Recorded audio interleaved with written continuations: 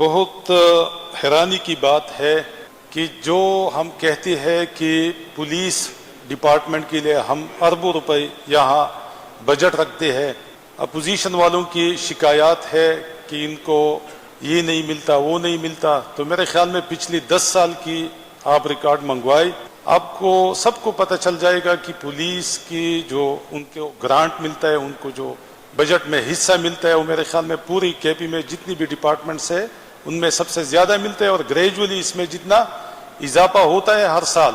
یہ الگ بات ہے کہ ہم نے 2017 میں ایکٹ ہم لے کے آئی، اس ایکٹ میں ہم نے ان کو با اختیار کیا، ہم نے ساری اختیارات ان کو دی کہ جتنا بھی بجٹ ہم آپ کے لیے پاس کراتے ہیں آپ خود اس کو مینیج کریں. اب پولیس ڈپارٹمنٹ کی یہ کمزوری ہے کہ وہ اگر تیل کے لیے پیسے رکھتی ہے، کاغذ کے لیے رکھتی ہے، یا ان کی اور جو لوازمات ہے وہ انہوں نے خود کروانی ہوتی ہے.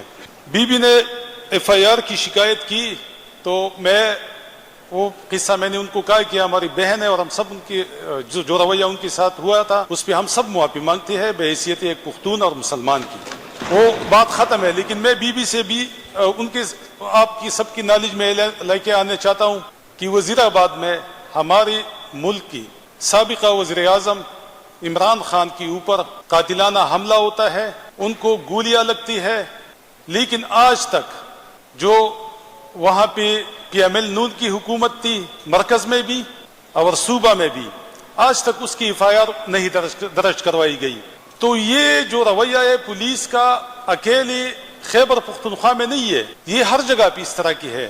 اس کے علاوہ اس ایوان میں جتنی بھی لوگ بیٹھے ہیں یہ بھی بی بی کی بہن بھائی ہے ساری، ان کو پتہ ہے کہ کس کس کے اوپر یہ 1.5 سال میں کتنی مظالم ہوئی ہے، کس کس کے اوپر چاپی پڑی ہے، کس کس کے اوپر یہ بغیر وارنٹ کی، بغیر سرچ وارنٹ کی، بغیر ایف آئی آر کی یہ گئی ہے. اور لوگوں کی جو سابق ایم پی ایس تھی یہاں پہ، جو منسٹرز تھی، جو پی ٹی آئی کی لیڈرز تھی، جو ورکر تھی، ان کی چادر چار دیواری کو پامال کیا گیا ہے. تو میرے خیال میں اس طرف کے لوگ بھی متفق ہے اور ہمارے لوگ اس پہ متفق ہے کہ کیوں نہ ہم ایک جوائنٹ امینڈمنٹس لے کے آئی کہ جو ڈیفیشینسیز ہے اس کو دور کیا جائے.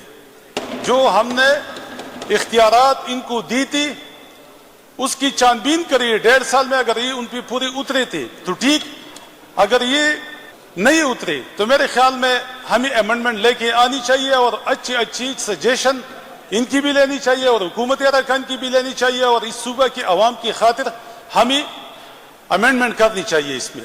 اس کے علاوہ یہ کسی سے ڈکی چھپی بات نہیں ہے.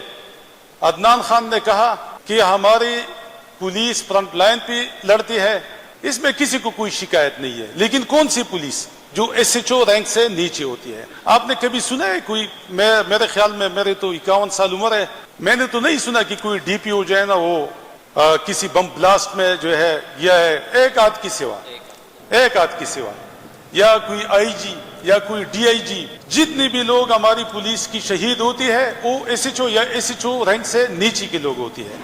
ہم نے ان کو پروٹیکٹ کرنا ہے. میں ایک واقعہ بتانا چاہتا ہوں. میں نے پرسوں بھی یہاں بھی کہا تھا کہ ہمارے ضلع میں ایک ٹک ٹاکر ڈی پی او آیا تھا، اس نے کتنا ظلم کیا ہے سوات کی پولیس کے ساتھ.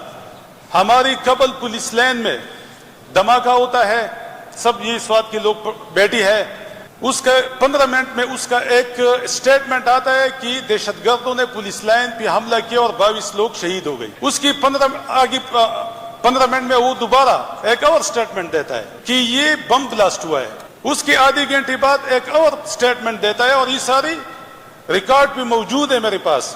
وہ کہتا ہے کہ نہیں، یہ تو کوت میں جہاں پہ وہ اسلحہ رکھی جاتی ہے بیسمنٹ میں، وہاں پہ شارٹ سرکٹ ہوا ہے.